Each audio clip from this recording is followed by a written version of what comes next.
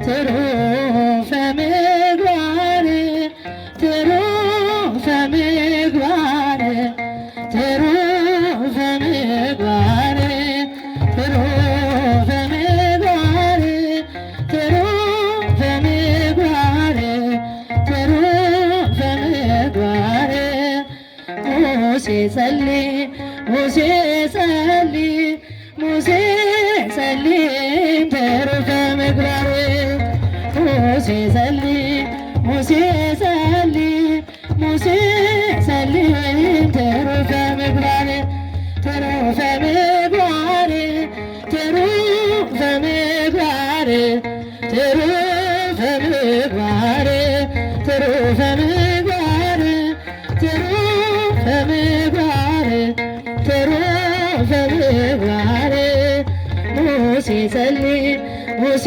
ጸልይ ሙሴ ጸልይ ትሩፈ ምግባር ሙሴ ጸልይ ሙሴ ጸልይ ሙሴ ጸልይ ትሩፈ ምግባር ትሩፈ ምግባር ትሩፈ ምግባር ትሩፈ ምግባር ትሩፈ ምግባር ትሩፈ ምግባር ትሩፈ ምግባር ሙሴ ጸልይ ሙሴ ጸልይ ሙሴ ጸልይ ትሩፈ ምግባር ሙሴ ጸልይ ሙሴ ጸልይ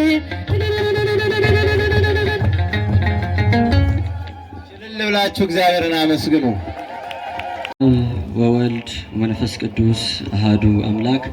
እጅግ የተከበራችሁ ክቡራን አባቶቼ፣ አበው መነኮሳት፣ ካህናት፣ ወንድሞች ዲያቆናት፣ ይህንን ክብረ በዓል ለማክበር ከሩቅም ከቅርብም የተሰባሰባችሁ ምእመናን ወምእመናት ሁላችሁንም በልዑል እግዚአብሔር ፍጹም ሰላም ሰላም እላችኋለሁ። እንደምን አረፈዳችሁ? እንደምን እስከዚህ ሰዓት ደረሳችሁ?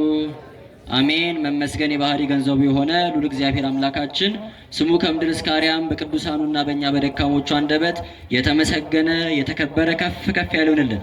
እንኳን አደረሳችሁ፣ እንኳን አደረሳችሁ።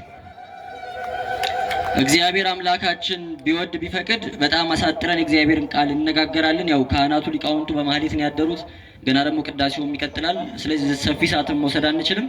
አሳንሰን በጣም በጥቂት ደቂቃ ግን የእግዚአብሔርን ቃል እንነጋገራለን። ዛሬ እንግዲህ ሁላችንም እንደምናውቀው ከሩቅም ከቅርብም አንድን ታላቅ አባት ለማክበር ስሙን ጠርተን በስሙ እግዚአብሔርን ለማመስገን ከሱ ቃል ኪዳን ከሱ ጸሎት ከሱ በረከት ለመካፈል ተሰባስበናል። ኢትዮጵያዊው ሙሴ ጥቁሩ ሙሴ ሙሴ ጸሊም የጣለም እየተባለ የሚጠራው ይህ አባት መከበር ያለበትን ያክል በእኛ ሀገር በእውነት ያልተከበረ ያልታወቀ ኢትዮጵያዊ ሆኖ ሳለ ከኢትዮጵያውያን ይልቅ በተጋደለበት ሀገር በግብፅ ዝናው ክብሩ ስራው ገኖ የሚነገርለት አባት ነው። ታሪኩን ስናነብ ታሪኩን ስንሰማ በግብፅ ሀገር የአንድ ባለስልጣን ባሪያ ሆኖ ያገለግል የነበረ ሰው ነው። ሙሴ ጸሊም በተፈጥሮ በጣም ረጅም ነው ቁመቱ፣ ሰውነቱ በጣም ግዙፍ ነው፣ መልኩ ጥቁር ነው የሚያስፈራ፣ በዛ ላይ ደግሞ ቁጡና ንዴተኛ የሆነ ሰው፣ ሰዎች በፊቱ ለመቆም የሚፈሩት የሚሩዱለት ሰው ነበር። ባሪያ ሆኖ ከሚያገለግልበት ቤት ውስጥ ከአገልጋዩ ጋር ተጣልቶ ሰርቀሃል ገለሃል ተብሎ ከሚያገለግልበት ቤት ተባሮ ወደ በረሃ ገባ ይላል ታሪኩ።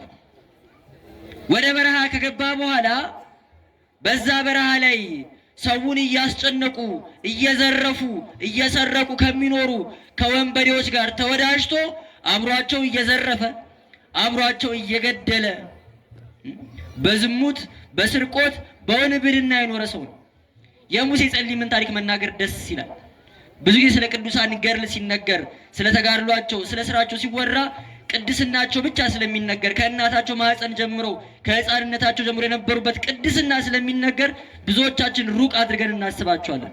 ህይወታቸውን መምሰል የእነሱን ኑሮ መኖር የምንችል አይመስለንም። የሙሴ ጸሊም ህይወት ግን ለብዙዎቻችን ቅርብ ነው። ምክንያት የሚያሳጣ ህይወት ያለው ሰው ነው ይህ ቅዱስ አባት። ከነዚህ ወንበዴዎች ጋር በወንብድና ኖረ። የሚታወቀው በዝርፊያው ነው፣ የሚታወቀው በዝሙቱ ነው። ወንበዴዎቹ ራሳቸው ይፈሩት ስለነበረ አደገኛ ስለነበረ ቁጡ ስለነበረ አለቃቸው አድርገው ሾሙት ይላል። 75 ወንበዴዎች ሆነው የወንበዴዎቹ አለቃ ከዝርፊያቸው ከሰረቁት ከወሰዱት ገንዘብ ቅድሚያውን የሚወስድ የሚያዝባቸው የሚናዝባቸው ወዲህ ግቡ ወዲህ ውጡ የሚላቸው አለቃቸው አስተዳዳሪያቸው ሆኖ ተሾመ። በወንበዴዎቹ መካከል ማለት ነው። ይህ እሱ የሚኖርበት በረሃ አለቃ አድርጎም ደግሞ ባሪያ በነበረበት ጊዜ ጌታ ሆኖ ይኖርበት የነበረው ሰውም ፀሐይ የሚያመልኩ ሰዎች፣ ፀሐይ አምላኪ ጣዖት አምላኪ ሰዎች ይኖርበት የነበረ ስለሆነ ሙሴ ጸሊምም ፀሐይ አምላክ ናት ብሎ የሚያምን ሰው ነበር እና ዕለት ዕለት በወንብድናው በዝርፊያው እየኖረ በአደገኛነቱ እየኖረ ፀሐይ ሆይ አንቺ አምላክ ከሆንሽ እባክሽ አናግሪኝ እያለ ይጸልይ ነበር። አምላክ ከሆንሽ እባክሽ አናግሪኝ ይላት ነበር። ደግሞ ደጋግሞ ቢጸልይም ቢጣራም ግን የሚያናግረው ማንም ስላልነበረ ፀሐይ አምላክ አይደለችም፣ ስለዚህ ፀሐይን የፈጠርከ አምላክ አለ፣ ፀሐይን የፈጠርከ አምላክ አንተ እኔን አናግሪኝ እያለ እየጸለየ ግን ወንብድናውን ይቀጥል ነበር ሙሴ ጸልይ። በጣም ጨካኝ እልህኛ ከመሆኑ የተነሳ እንደውም ታሪኩን ስናነብ እንዳልኳችሁ ግብፃውያን በጣም ብዙ ጽፈዋል ስለ ሙሴ ጸሊም ታሪክና አንድ ቀን ለመዝረፍ ተሰብስበው እየሄዱ እያለ የአንድ እረኛ ውሻ ጮኸባቸው። ውሻው በመጮሁ ምክንያት ዘራፊዎች እንደመጡ ታውቀው ሰዎቹ አመለጡ። በዚህ ምክንያት ሙሴ ጸሊም በጣም ተናደደ። ይሄንን እረኛ ካልገደልኩ እህል አልበላም ማለት እየሰማችሁ ካልገደልኩት ውሻው ስለጮኸብኝ ብሎ ማለት ነው። ቁጡነቱን እንድታስቡ ምን ያክል አደገኛ ሰው እንደሆነ ሰይፉን በጥርሱ ነክሶ በአፉ ነክሶ የአባይን ወንዝ በዋና እያቋረጠ እረኛውን ለመግደል አሳደደው ይላል። እረኛው ግን መምጣቱን ሲሰማ ፈርቶ ሸሽቶ ሲደበቅ ጊዜ ቢፈልግ ስላላገኘው ከእረኛው በጎች መካከል 4ቱን ገድሎ በትከሻው 4 በግ ተሸክሞ ይዞበት ሄደ። ሙሴ ጸሊም ታሪኩን ስታነቡ ቁጭ ብሎ ብቻውን አንድ በግ የሚበላ ሰው ነው። እየሰማችሁን አይደል? ይሄን ያክል ግዙፍ የሆነ ሰው ብቻውን ቁጭ ብሎ አንድ በግ የሚበላ ሰው 4ቱን በግ ይዞ ሄደበት። እረኛውን ባለመግደሉ ተበሳጭቶ ማለት ነው። ይህን ያክል አደገኛ ሰው ነው። ወንበዴዎቹ ፈርተው አለቃቸው አድርገውታል። አድርጎ ያላቸውን ያደርጋሉ፣ ሂዱበት ባላቸው ይሄዳሉ። በዚህ ሁኔታ እየዘረፈ ሲኖር የሀገሪቱ መንግስት በወንብድናቸው ስለተማረረ ሙሴንና ወታደሮቹን ወይም ሽፍቶቹን የሚይዝ ሰራዊት ላከባቸው። ይህን ጊዜ ሙሴ ሸሽቶ ገዳመ አስቄጥስ የሚባል ቅዱሳን አባቶቻችን እና አባ መቃርስ እና አባ ኤስድሮስ የነበሩበት ገዳም ውስጥ ገብቶ ተደበቀ ማለት ነው። አሁን የሙሴ ታሪክ የሚጀምረው እዚህ ጋር። አሁን እሱ አምላክን እየፈለገ ነው። ፀሐይን የፈጠርክ ጨረቃን የፈጠርክ አምላክ ሆይ አናግረኝ፣ የሆነ ፈጣሪ ያለኝ ማን እንደሆነ አላውቅም እያለ ልክ አብርሃም አምላኩን እንደፈለገ አምላኩን በመፈለግ ላይ የሚኖር ሰው ነው። ድርጊቱም ኃጢአቱም ክፋቱም ኖሮ ልብ ውስጥ ግን እግዚአብሔርን የመፈለግ ነገር አለ። የሁላችሁ ሰውን መልካም ወይም ክፉ የሚያደርገው ሃይማኖቱ ነው። ሞራል የሚመነጨው ከአምላክ ነው። ሌላ ከምንም ማለት ክፉና ደግን የምንለየው እንደምናመልከው አምላክ ነው። አምላካችን ክፉ ከሆነ መግደልን የሚያበረታታ ከሆነ መዝለፍን የሚያበረታታ ከሆነ እንዘርፋለን፣ እንገላለን።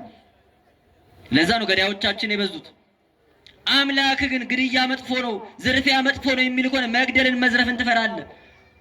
ሙሴ ያመልክ የነበረው አምላክ ያ ጣዖት ይህንን ክፋት የሚቃወም ስላልነበረ በዚህ ክፋት ይኖራል። ልቡ ግን አላረፈም። አምላኩን ያስስ ይፈልግ ነበረ ማለት ነው። ሰራዊቱን ሽሽት፣ ወታደሮቹን ሽሽት ገዳመ አስቄጥስ ገብቶ ከተደበቀ በኋላ የእሱን ሕይወትና የመነኮሳቱን ሕይወት የእሱን ርኩሰት የመነኮሳቱን ቅድስና እየተመለከተ ግራ ይጋባ ጀመረ። የእኔ ኑሮማ ኑሮ አይደለም ማለት። እየሰማችሁ ነው ክርስቲያኖች አላችሁ? እንዴት አደራችሁ? እየጨረስን ነው፣ አይዟችሁ።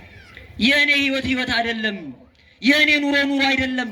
ሰዎች እንዴት ነው እንዲህ ራሳቸውን ንቀው ሕይወታቸውን ትተው አንዱ ለአንዱ ታዞ አንዱ በአንዱ ፊት ራሱን ዝቅ አድርጎ እንዴት ነው የሚኖረው? እንደዚህ አይነት ትትና ከየት ይገኛል? ሰው እንዴት በራሱ ይጨክናል? ሰው እንዴት ከራሱ ወንድሞቹን እህቶቹን ያስቀድማል? ብሎ በመነኮሳቱ ሕይወት ተደንቆ እዛው ገዳም ቀረ ማለት ነው። አሁን የሱ ሕይወት የሚጀምረው ይህን ጊዜ ነው። አባ ኤስድሮስ የሚባለው አባት ልጅ አድርጎ ተቀበለው። ክርስትናን እያስተማረ ስርዓተ ገዳምን እያስተማረ እንዴት መኖር እንዳለበት እያስረዳ በገዳም ውስጥ ማኖር ጀመረ ማለት ነው ሙሴ ጸሊም።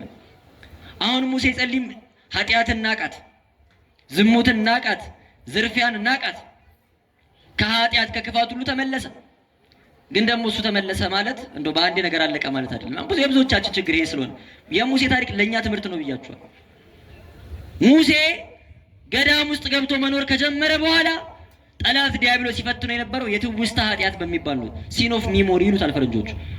አሁን አዲስ ኃጢአት ባይሰራ እንኳን ትላንትና ድሮ የሰራውን ኃጢአት እያስታወሰ የኃጢአቱን ጣዕም የዓለምን ጣዕም እያስታወሰ እንዴት ይበላ እንደነበር፣ እንዴት ይጠጣ እንደነበር፣ እንዴት ይዘሙት እንደነበር እያስታወሰ በሐሳቡ ያንን ኃጢአት ደስ እንዲሰኝበት ያንን ኃጢአት እንዲናፍቀው እያደረገ ጠላት ዲያብሎስ ሲፈትነው ነበር። ሙሴ በዚህ ኃጢአት ላለመውደቅ እየታገለ እየጮኸ እያለቀሰ አባቱ አባ ኤስድሮስ ጋር እየሄደ ንስሐ እየገባ ይገርማችኋል። በአንድ ሌሊት 11 ጊዜ ንስሐ ገብቷል ሙሴ። ስንት ጊዜ አልኳችሁ? እኛ በአመት 11 ጊዜ አንገባ። በአመት እንደው በወር አንዴ አንገባም እኛ ንስሐ። በአንድ አንዲት ሌሊት አባቴ አቃተኝ እያለ እየተመላለሰ አባ ኤስድሮስ ጋር እየደነሳ ይገባል ሙሴ። ከዚህ ኃጢአት ገላግለኝ እባክህ ማሸነፍ አልቻልኩም እያለ አባ ኤስድሮስ ጨምረ ጹም ጨምረ ጸልይ ይለዋል። ሙሴ ጨምሮ ይጾማል፣ ጨምሮ ይጸልያል። ፈተናው ግን ይበረታበታል፣ ልጅ አይቀንስለት። እግሩ በእሳት የተለበለበ እንጨት እስኪመስል ድረስ ድርቅ እስኪል ድረስ እየወደቀ እየተነሳ አንድ በግ ብቻውን ይበላ የነበረ ሙሴ 2-3 ቀን ምግብ አልበላም እያለ እየሰገደ እያለቀሰ እየጮኸ እግዚአብሔር ሆይ ከዚህ ኃጢአት ገላግለኝ እያለ ያለቅስ ነበር። ከዚህ ኃጢአት ገላግለኝ እያለ 6 ዓመት የተጋደለው። እኛ አንድ ቀን መተን ከጸለይን አንድ ቀን መተን ከተሳልን ችግራችን ካልተቀረፈ እግዚአብሔር ያለ አይመስልንም። ጸሎትን እናቆማለን። ቤተክርስቲያን 6 ዓመት ነው የተጋደለው አንድ ኃጢአት ለማሸነፍ። በ6ኛው ዓመት እግዚአብሔር አምላክ አዞት አባ ኤስድሮስ ጸልዮለት ያ ኃጢአት ተነቅሎ ወደቀለት። የእግዚአብሔር ስም የተመሰገነ ይሁን። ሙሴ ከዛ በኋላ በዝሙት አልተፈተነም። ዝሙት አላስጨነቀው፣ ፍትወት አላሳሰበውም። ከዛ በኋላ ተነቀለለት። ግን የተነቀለለት በከንቱ አይደለም፣ ራሱን አዋርዶ ገዳም ከገባ በኋላ ቀኑን ሙሉ እየጾመ እየጸለየ የሚሰራው ነገር ሲያጣ እንዴት ዝም ብዬ ተኛለሁ? እኔማ መስራት አለብኝ። ሌሊቱን ሙሉ ለሽማግሌዎቹ ለአረጋውያን መነኮሳት ተደብቆ ከየቤታቸው ማሰሯቸውን እየወሰደ ሩቅ ምንጭ ውሃ እየቀዳ ይመላለስ ነበር።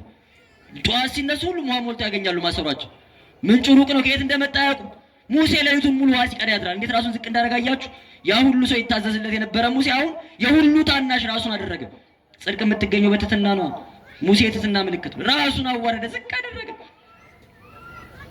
ራሱን አዋርዶ ካህኑ ፊት አቀረበ። ኃጢአተኛ ነኝ፣ በደለኛ ነኝ አለ። ድካሙን አመነ ሙሴ። ከዛ በኋላ ኃጢአት የተነቀለለት። ግን ደግሞ አልቀረለትም። ሙሴ ገዳም የገባ ሰሞን ብዙ ሳይቆይ 4 ወንበዴዎች ሊዘርፉት ወደ በዓቱ መጡ። እየሰማችሁኝ ነው? እነዚህ መነኮሳት ቤታቸው ወርቅ አያጡም ብለው ጠርጥረው መነኩሴ ወርቅ ያለው መስሏቸው፣ ያው እንደኛ ዘመን አይደለም የዛን ዘመን ምንኩስና ሁላችሁም እንደምታውቁት። ሊዘርፉት ቤቱ መጡ። ሙሴ ወንበዴ ነበር። አሁን እሱ ገና ክርስትናን እየተለማመደ ለማጅ ክርስቲያን ነው፣ ገና አላወቀበትም ክርስትና። ዝም ብሎ የሚደበደብላቸው መስሏቸው ነበር። ሙሴ ግን ግብዳ ነው አላልኳችሁም ቅድም? 4ቱን ደብድቦ ትዝ ሲለው ለካ መነኩሴ ነው። ክርስቲያን እኮ አይደባደብም፣ ጠላቶቻችሁ ደም ተብለናል ብሎ ግራ ገባው። የሚያደርገው ግራ ቢገባው ከገዳሙ ራቅ ብሎ በበዓቱ ነው የሚኖረው ሙሴ። 4ቱን በአንድ ገመድ አሰራቸውና በትከሻው ተሸክሞ ገዳሙ ወሰዳቸው። የሰማችሁኝ ነው አይደል? መነኮሳቱ ጋር አስቀምጧቸው እነዚህ ወንበዴዎች መተውብኝ እኮ ተሳስቼ ደበደብኳቸው ምን ላድርግ አለ። መነኮሳቱ ደንግጠዋል። ሲጀመር አንድ ሰው እንዴት ነው 4 ሰው የሚሸከመው ብለዋል። እንዴት ነው አንድ ሰው 4 ሰው የሚደበደብ? ገርሟቸዋል። እንግዲያውስ ምን ታደርግላቸዋለህ? ይቅርታ አድርግላቸው፣ የእግዚአብሔርን መንገድ አስተምራቸው አሉት። ከ4ቱ ወንበዴዎች አንዱ ግን አለቃቸው ሙሴ እንደሆነ ሲገባው እግሩ ስር ወደቀ። ከዛ እነዛ 4 ወንበዴዎች ንስሐ ገብተው ራሳቸው ገዳም የሚኖሩ ሆኗል። አያችሁ እግዚአብሔር እንዴት እንደሚጠራ እንዴት እንደሚሰብር። ሙሴ በቀላሉ ክርስቲያን አልሆነም። በቀላሉ ፍጹም አልሆነም። በቀላሉ ኃጢአትን አላሸነፈም። ታግሎ ነው፣ ዋጋ ከፍሎ ተሰቃይቶ ነው በቀላሉ የሚመጣ ክርስትና ቅድስና ይል። ታሪኩን ለማሳጠር ያክል ሙሴ በዛ ገዳም እየታገለ እየተጋደለ ኖረ። እግዚአብሔር አምላክ ከጊዜ ወደ ጊዜ ጸጋን እየጨመረለት ክብሩ እየተገለጠ ሲመጣ በጊዜው የነበረው ሊቀ ጳጳስ አስጠራውና ሙሴን ቤተ መቅደስ ውስጥ ቅዳሴ ላይ ያሉ በጣም የሚደንቅ ታሪክ ልነግራችሁ። ሙሴ ሀገሩ የት ነው ብያችኋለሁ? ኢትዮጵያዊ ነው አላልኳችሁ? የሚኖረው ግን ግብጽ ነው። እኛ ኢትዮጵያውያን ጥቋቁር ነን፣ ግብጻውያን አረብ ናቸው፣ ነጫጭ ናቸው። በጥቁረቱ ይንቁት ነበር። ይገርማቸዋል፣ ጥቁር እያሉ ማለት ነው። ሊቀ ጳጳሱ ሊፈትነው ስለፈለገ በቅዳሴ ላይ ሲቆሙ አንተ ጠቋር ባሪያ ውጣ፣ ከኛ ጋር ምን ትሰራለህ አሉ። አሁን ሙሴን አስቡት፣ ያንን ትልቅ ሰው፣ ያንን ተጋዳይ፣ ያንን ተደባዳቢ አደገኛውን ሰውዬ ማለት ነው። አንተ ጠቋራ ባሪያ ከኛ ጋር ምን ትሰራለህ? ውጣ አለው ሊቀ ጳጳሱ። ሙሴ ምን እንዳለ ታውቃላችሁ? አንተ ጠቋራ ባሪያ ይገባሃል፣ ሲጀመር ለምን ከሰው ጋር ቆምክ? አንተ እኮ ኃጢአተኛ ነህ እያለ አንገቱን ደፍቶ ከቤተ መቅደስ ወጣ። ይህን ጊዜ ሊቀ ጳጳሱ ትሕትናውን ተመልክቶ ሙሴ ተመለስ፣ እግዚአብሔር በአንተ ላይ ያለውን ጸጋ ገልጧል። ከዛሬ በኋላ በዚህ ሕዝብ ላይ ካህን አድርጌ ሾሜሃለሁ። ሙሴ ክህነት የተሾመ በ75 ዓመቱ በስተርጅና ክህነት ተሾመ። ሙሴ ካህን ሆነ ማለት ነው። ካህን ሆኖ የ75 ወንበዴዎች አለቃ እንዳልነበር ሁሉ በ75 መነኮሳት ላይ አለቃ ተደርጎ በኋላ ቁጥራቸው እስከ 500 ደርሷል ይባላል። በ75 መነኮሳት ላይ ግን አበመኔት ተደርጎ የራሱ ገዳም ተሰጥቶት እግዚአብሔር አምላክን የሚያገለግል ሆኖ ነው ሙሴ።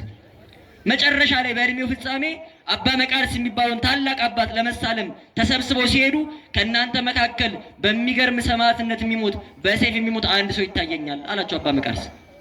ሙሴ ገብቶታል። ወደ ሀገራቸው ሲመለሱ እግዚአብሔር ራእይን ገለጠለት። በአካባቢያቸው ካሉ አደጋ ጣዮች ሽፍቶች መካከል ገዳሙን ለመዝረፍ፣ ለማቃጠል፣ ሃይማኖት ለማጥፋት የሚመጡ ሰዎች አሉ፣ የበርበር ሰዎች ይባላሉ የሚለውን ራእይ ተመለከተ። መነኮሳቱን ሰበሰባቸውና አደጋ እየመጣ ነው፣ የሚገድሉን የሚያሳድዱን መጥተዋል ሲባል መነኮሳቱ ዱላ አነሱ። ደብራችንን ገዳማችንን እንከላከል ብለው ማለት ነው። ሙሴ ዱላችሁን ጣሉ፣ ነገር ግን ሽሹ፣ ስለ እምነት መሰደድ ጽድቅ ነው፣ ሽሹ አላቸው። አባታችን ሙሴ አብረህን አትሰደድም ወይ ሲሉት ጌታ በመጽሐፍ ሰይፍ የሚያነሱ በሰይፍ ይወድቃሉ ብሎ ተናግሯል። እኔ ዕድሜ ልኬን በሰይፍ የኖርኩ ሰው ነኝ። ሰውን በሰይፍ ስገድል በብረት ስወጋ የኖርኩ ሰው ነኝ። በሰይፍ መሞት ይገባኛል። እናንተ ሂዱን ያልሄድም አላቸው። መነኮሳቱ ሁሉ ሸሽተው 7 መነኮሳት ብቻ አብረውት ቀሩ ከሙሴ ጋር። ሙሴን ጨምሮ እነዚህ 7 መነኮሳት በዛሬዋ ቀን ሰማዕትነትን ተቀብለው ስለ ክርስቶስ መስክረው ሃይማኖታችንን አንተውን ብለው ያለፉበትን ያረፉበትን ቀን ዛሬ እያከበርን ያለነው። እግዚአብሔር አምላክ ከነዚህ ቅዱሳን ረድኤት በረከት ይክፈለን። በእውነት ከሙሴ ታሪክ 3 ነገር ብቻ እንማርና እንጨርሳለን። ሙሴ የሚታወቀው ቅድም እንዳልኳችሁ በትህትናው ነው። ክፉ ሲናገሩት ለምን ተናገሩኝ አይልም። ራሱን አዋርዶ ዝቅ ያደርጋል፣ ይገባኛል የሚል ሰው ነው። ሁለተኛ ሙሴ የሚታወቀው በፍቅሩ ነው። ሙሴ የሚታወቀው በፍቅሩ ነው። ታሪኮቹን፣ ጽሁፎቹን፣ የተናገራቸው ንግግሮች ብታነቡ ሁልጊዜ የሚናገረው ባልንጀራን ስለመውደድ ነው። በባልንጀራ ኃጢአት ስላለመፍረድ ነው። ወንድሞች መነኮሳት በኃጢአት ሲወድቁ እንዴት አትበሳጭም፣ እንዴት አታለቅስም ብለው ሲጠይቁት ሰው የራሱ ቤት አስክሬን አስቀምጦ ጎረቤት ቤት ስላለ አስክሬን ያለቅሳሉ ወይ አላቸው። እኔ ቤት ስላለው ኃጢአት አላለቅስም ወይ? እኔ ጋር ስላለው በደል አላለቅስም ወይ? ስለነሱ የሚያስለቅስ ምን እድል አለኝ እኔ አለ ሙሴ። ከመነኮሳቱ መካከል አንድ ወንድም በኃጢአት በበደል ወድቆ እንፍረድበት ብለው መነኮሳት ተሰባሰቡና ጥፋት ስላጠፋ ይቀጣ ብለው ሙሴን አስጠሩት። ሙሴ አልመጣም አለ። እንደገና ሙሴው እየጠበቅን ነው ተሰብስበን እባክና ብሎ ሲያስጨንቁት በጀርባው ላይ በተቀደደ ጆንያ አሸዋ ተሸክሞ አሸዋው እየፈሰሰ ጆንያውን ተሸክሞ መጣ። አባታችን ሙሴ ምን እያደረክ ነው? በተቀደደ ጆንያ ለምን ተሸከምክ ሲሉት እኔ ኃጢአቴ ከኋላዬ እንደዚህ እየፈሰሰ በሰው ኃጢአት ለመፍረድ ተሰብስቤያለሁ። በሰው ኃጢአት ፍረድ ብላችሁ ጠራችሁ። የኔ ኃጢአት ግን እንዲህ ከጀርባዬ ማለቂያ በሌለው መንገድ ይፈሳል፣ እንዴት አድርጌ እፈርድበታለሁ አላቸው። ይህንን ወንጀለኛ መነኩሴ ይቅርታ አድርገውለት ሸኝተውታል። ሙሴ የሚታወቀው በይቅርታው በፍቅሩ ነው። ሙሴ የሚታወቀው በንስሐው ነው። ተስፋ ሳይቆርጥ በማልቀስ እንደ ሙሴ ያለውን በደል ይቅርት ከተባለ እናንተ ይቅር የማትባሉበት ምን ምክንያት አለ?